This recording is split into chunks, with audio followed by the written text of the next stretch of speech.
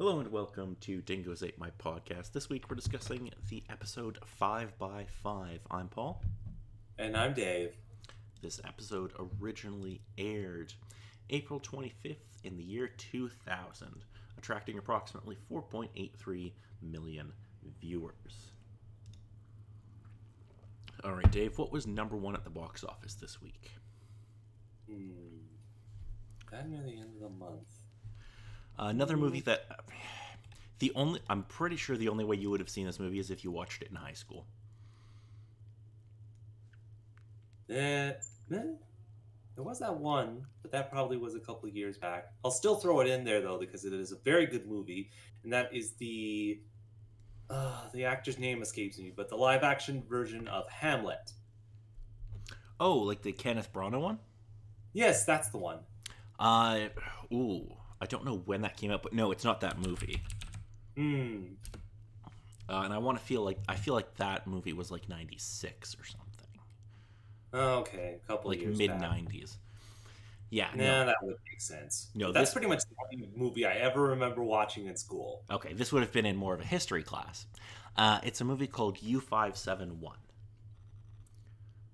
Ring any bells? Not specifically, no. Okay. So it's a World War II submarine film. Okay. I could somewhat understand now, but yeah, no clue on that one. Yeah, okay. Kinda didn't think you would, but from memory, it's not that great. But there is one really cool. There's one scene that I remember very vividly. That's like. Did you ever see the Doom movie? Maybe a couple of clips specifically, but not the whole film. So in the Doom movie, they also do like the first person view where you're like looking down the barrel of the gun as they shoot things. They do that in U571. Okay. It's the first time I remember ever seeing that effect, and it was really cool. Anyway, number one song in America this week.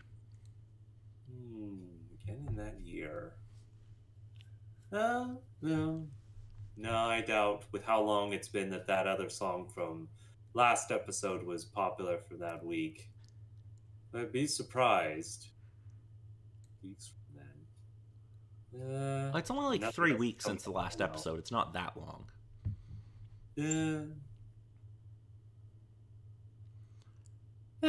I'll maybe stick with Satana. There's nothing else that's immediately pop into mind. It is Maria Maria by Santana featuring the product GNB. Alrighties. Alrighty. So, for video games, there's... Dave, there's some biggins here. So, technically, these released after this episode aired, but before next week. So, we're just going to talk about them now, because fuck it, I want to. With how it is, you kind of have to deal with the range of how TV is so different to video games. You just gotta balance between the two. Okay, so April 27th, there was this little game released. I'm sure you've probably never played it. It's a game called The Legend of Zelda Majora's Mask. Yes. Yeah, like I said, nobody's ever heard of it. You know, that one small subsect of the Zelda fandom that's absolutely obsessed with that specific series of the game doesn't really exist. It's a lie. Pretty much. The next day, on April 28th, we got a game called Gundam Side Story 0079 Rise from the Ashes. I've never played any of the not Gundam surprising, games. but also, I've never played any of the Gundam games, so I don't know. It's a series that exists, but we both haven't played them. True enough. This was an interesting one for me. On April 30th, I'm a little surprised Nintendo released these two games so close together. We get Excite Bike 64. Okay, with that one, that's not too surprising, but what was the other one they released? 3 days prior, they did Majora's Mask. Okay, with those two together. Yeah, 3 days apart. That seems kind of weird to release two first-party games that close. Well, I'm not exactly knowledgeable with Excitebike and how much of a first party it would categorize as. Um, but with Majora's Mask, especially with its specific development and all the stuff it went through, it's not too surprising that they wanted to try and get it out as soon as it was kind of ready to go. So, again, with how it was sort of brought together, I wouldn't be surprised if it kind of clashed a little bit with other games that came in. Yeah, I don't know. It just seems weird to release those two games that close together, but Hmm. who am I to say? Also on April 30th, we get a game called The Misadventures of Tron Bonne. Bone? I'm not sure how you're supposed to pronounce that. Oh, Uh, Tron Bonne, the character from some of the Mega Man games. yes, it's a spin off featuring them. Apparently, it's a prequel to the first Mega Man Legends. Yes, So, not familiar with that. Also on I'm April. vaguely familiar with that, but mostly just the character understanding from the Legends game I played and seeing the game available, but don't have it for myself.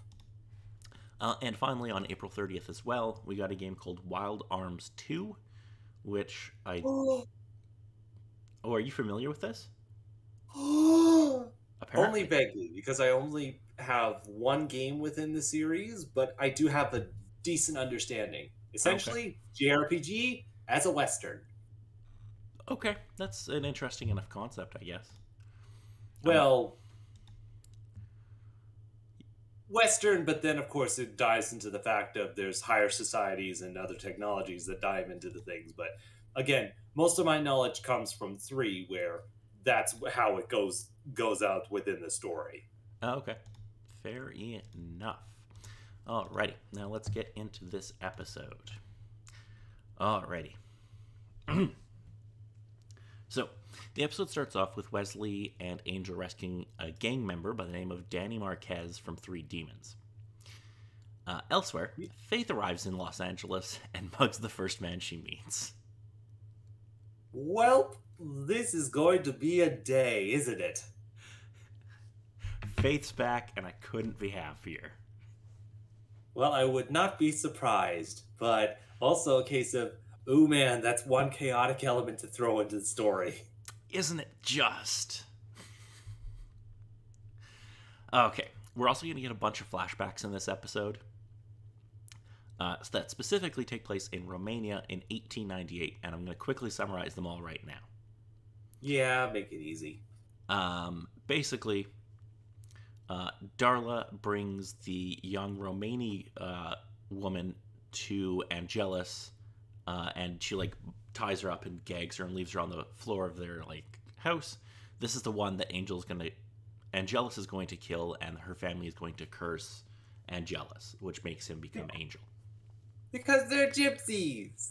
Yes, but that's basically what happens in these flashbacks, and then Darla in the final flashback finds out that Angel now has a soul, and she freaks out and like throws him out. Because, ew, I don't want a vampire with a soul. That's disgusting. Get out of here. Yeah, that'll never get over. Anyway, we go back to the Angel Investigations office where Angel tries to convince Marquez to testify in court. You know, as you do. Despite the gang members' resistance in the other room, Cordelia complains to Wesley, who is trying to sleep. She says that Marquez's chance of testifying is low, and therefore she wasted a good vision. However, Wesley, believes that Marquez will do the right thing, which of course he will end up doing. We cut back to Faith, who's dancing at a local nightclub, who is confronted by a girl who objects to Faith dancing with her boyfriend. In response, Faith elbows her in the face. You know, as Faith does. Yes. The boyfriend then takes a swing at Faith, who slams him into a group of people across the room, sparking an instant melee. Where she just enjoys the music. She just keeps dancing and beating the shit out of people, and it's so good. Alrighty. Now, we go to court the next day. Lindsay McDonald, on behalf of Wolfram and Hart. I'm sure he's a trustworthy guy. Of course, because it's not like there's all the shady dealings that he's most likely been doing. Moves for a dismissal of a murder charge, but Angel shows up in the nick of time with Marquez, who is a key witness for the prosecution and is now willing to testify. As Lindsay takes the heat for his failure in court, Lee Mercer, who also works for Wolfram Hart, he's a lawyer there as well, Yes, yes. suggests hiring Faith to kill Angel, together with Lila Morgan, who knows how to find Faith. They agree to work together, basically. So, the big agency that has Angel as a thorn in their side learns that Fate's in town. It's like, oh, she's a slayer and can kill people. Neat.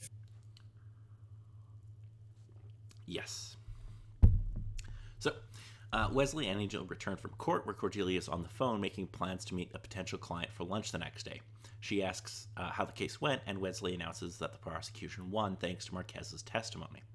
However, Wesley also predicts that Wolfram and Hart will enact revenge upon Angel investigations as a result. Gee, I'm sure they wouldn't do something like that. That doesn't seem like them at all. No, they'll find an even sneakier way of doing it. Outside of a nightclub, Faith and Lila meet, suspicious of how Lila knows so much about her. Faith threatens her just as a limousine pulls up beside the two. Lee invites Faith in, and throwing Lila a glare, she accepts the offer and gets in. Oh, I'm sure this will end well. Oh, yes, most certainly. For who, we're not quite sure. At Wolfram and Hart, Faith negotiates with Lila, Leslie, and Lee. They remind Faith that she is charged with murder and promise to get her charges dismissed if she kills Angel. She accepts and asks what they will pay. Lee skirts around the issue, telling Faith that his ass is on the line. Dissatisfied with his answer, she grabs him by the scruff of his neck and beats his face against the table. While the other two sort of look on, it's like, this is going to turn out really nicely.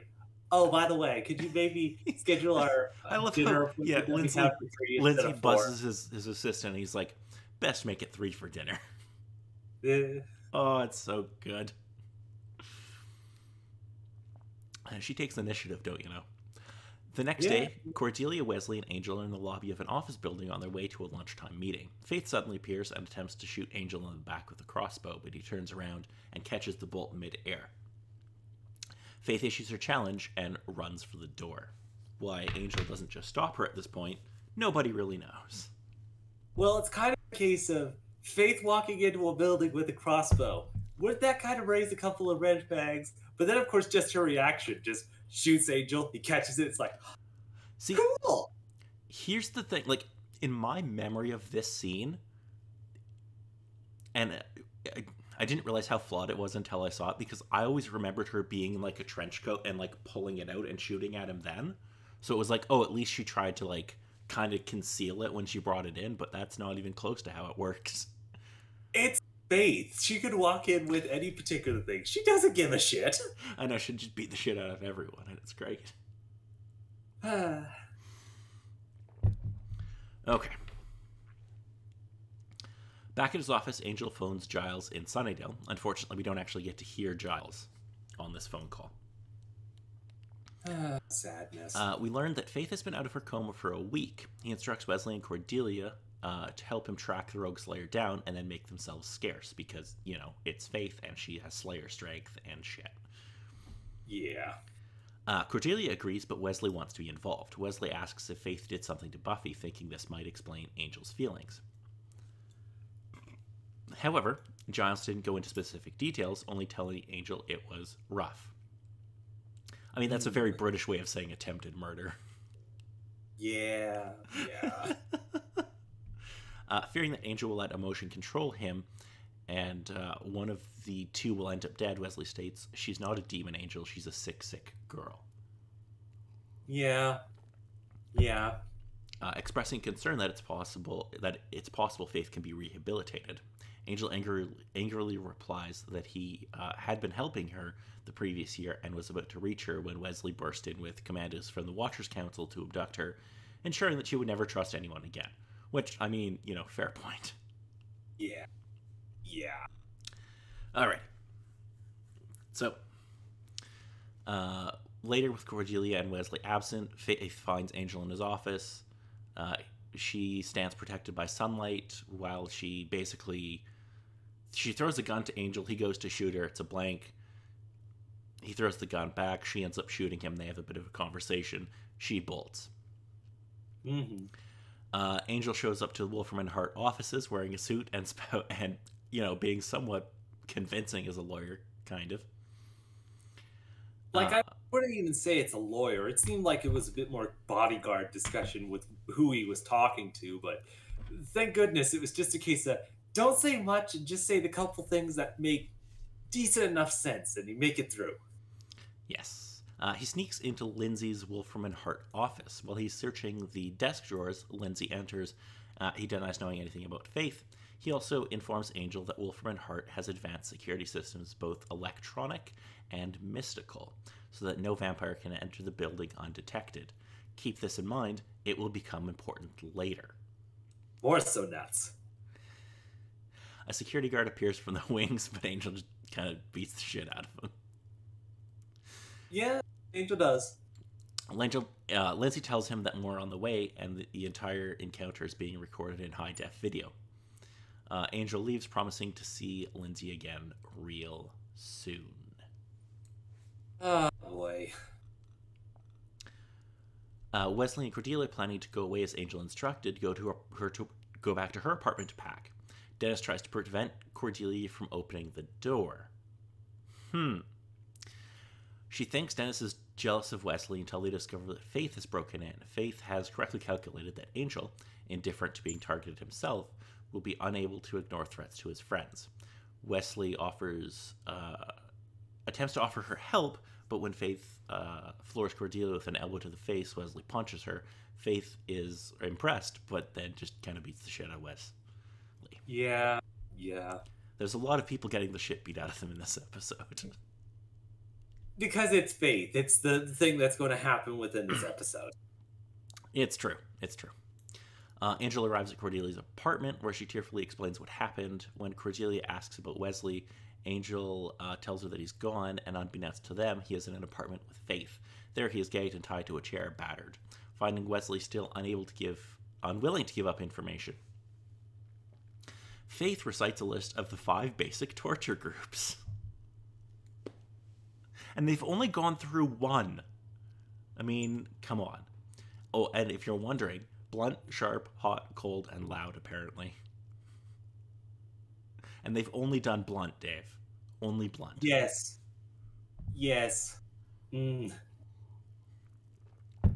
Wesley starts to give an emotional speech, but ends up calling her a piece of shit. Well, he doesn't get shit out, kind of but do with how the stuff that he's been through and the shit he's been through. yes. Before he can finish, Faith, outraged, decides on her own to move from blunt to sharp. She breaks the glass in a picture frame and picks up a large shard. Meanwhile, Angel and Cordelia map out recent assaults, hoping to learn where Faith might be. I mean, just follow the trail of bodies. Pretty much. Angel wants to know the address of Faith's first victim. He suspects Faith might be staying in that apartment. Faith sits in an open window waiting for Angel. Sighing, she drops the now bloody glass shard to smash on the pavement below. Turning back into the room, she finds a lighter and a can of cooking spray in the kitchen. Oh gee, more toys. Well, it's on to the next level. While taunting Wesley, she shows him how she can make a burst of flames. She removes Wesley's gag, saying that she wants to hear him scream. Angel smashes the door down and charges into the apartment. Faith drops her impromptu torch and holds a knife to Wesley's throat. Wesley sits under Faith's knife as she and Angel face each other in a brief exchange of verbal thrusts. One of Angel's jabs makes Faith drop her guard, so Wesley flings himself and his chair backward out of her grasp. Angel then has a fight with Faith. Faith gets the upper hand because Angel is holding back because he doesn't want to kill her. It's not really the point of the fight in most sort of cases. Yeah, he's trying to subdue her, not kill her. Mm-hmm. They crash out a window together, land on a dumpster, and continue to fight in the alley 3 stories below. As Leslie frees himself, rain falls. Faith swings at Angel repeatedly, but lands few blows. She repeatedly says, "I'm bad, I'm evil." Breaking his long silence, Angel tells her, "Nice try, Faith. I know what you want, and I won't do it. I won't make it easy for you." Faith continues to hit Angel, but her blows decrease in strength. As Wesley appears, armed with a knife, Faith begs Angel to kill her. Angel holds Faith in his arms as she sobs. Standing behind them, Wesley drops his knife, and credits roll. Yes. So this is an episode. Whew. It was certainly an episode, wasn't it? So much with the roller coaster, the thingies. Yes. So what'd you think of this episode, Dave? It was crazy. But then, of course, it's the case of Faith came into the story, so things were going to get crazy. Yes, there But was a lot of bodies. A lot of people got the shit beat out of them. still, it was interesting. Again, with the three aspects of things: Angel with his group, Faith coming into the story, and Wolfram and Hart with their involvement of everything. Yes. Yeah, this is kind of the first time we've seen Wolfram and Hart really become active in fucking with Angel. They're normally just kind of in the background. Well, pretty much. But then, of course, it was also one of their, I wouldn't say last straws, but it's really starting to push into this is causing a bigger problem for us territory. Yeah. Yeah. Alrighty.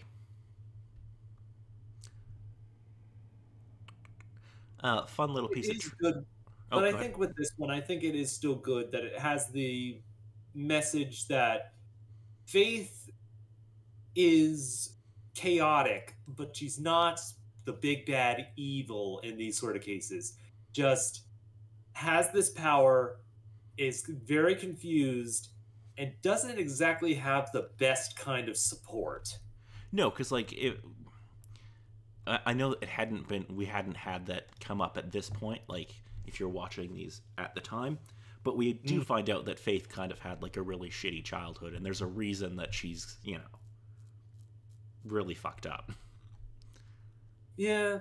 And then, of course, the case of you give someone like that some actual power, what's the first thing that they're going to do with it? Yeah, you give somebody who has, like, fucking all this trauma and that, you give them fucking superpowers, bad things are probably going to happen. Yeah, most assuredly. Yeah.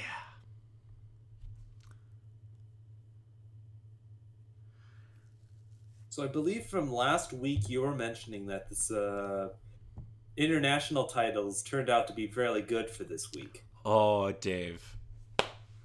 Oh, we're gonna... Oh. I'm just gonna start at the top, and you're gonna tell me which one's the best. Radios. Alrighty. So in Czech, it translates as loud and clear, which, okay, that's like a play on 5x5. Yeah. In Finnish, it translates as devil woman. Yeah, as most of the people she beat up would attest. There's a bunch that just translate as 5x5, which I'm going to ignore. And then there's a few that are quite similar that I'll just kind of... So in German and a few other languages, it translates to either old friends or an old friend.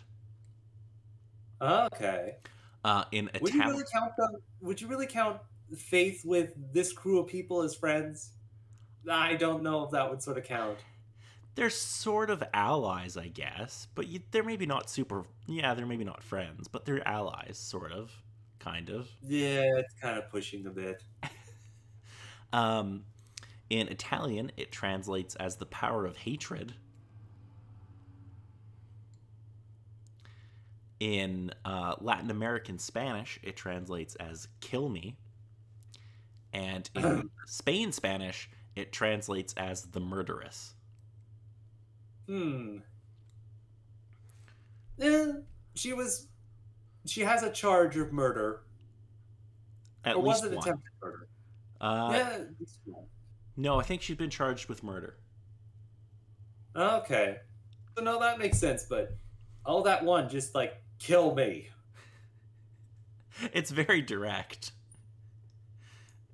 I think it was just pretty much they watched the entire episode and they completely forgot everything aside from the last couple of minutes with the big fight scene. It's like, so that's what this entire episode is about. Let's name it that.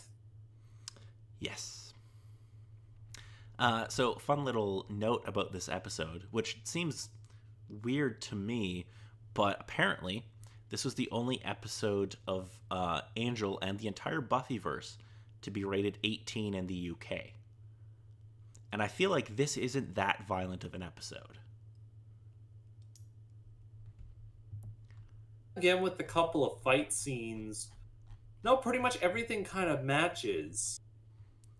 Like the only one thing that I could maybe have it push a little bit further was the one particular scene in the dance club where she started a fight and she was sort of dancing around, bringing in some eroticism to the violence. But even then, is sort But of I like, mean, Dave, there are episodes of Buffy that are going to come up in the next couple of years that are more fucked up than this. true, very true, not wrong, but I could maybe see with that. But I mean, let's look at season 6, episode 1, where Willow flays a guy. yeah, yeah, that happens. Yeah, I mean, I feel like that's worse, but whatever. Anyway, Yeah. so next week we'll be discussing an episode called Sanctuary, Hmm. um, Hmm. which basically is going to pick up where this episode ends. Hmm. Hmm. However, On the one hand, it seems okay, but on the other hand, there's that mild bit of concern. we're gonna get a little. You know how the tension's been building a little bit, and a little bit, and a little bit. Well, we're gonna drop a little bit more in there because we're gonna All have right. somebody's gonna come to Los Angeles, Dave. Oh boy. Buffy's gonna come to L.A. to protect, seeking vengeance under the guise of protecting Angel from Faith. Oh boy. On the one hand, I'm not too surprised, but on the other, oh boy, they're gonna be so much. Yeah, and Buffy's not going to be terribly happy that Angel is going to be protecting Faith. Ugh. Yep. Yep. Shit's about to go down there, son. Oh boy. Ay. So until next time, I'm Paul. And I'm Dave.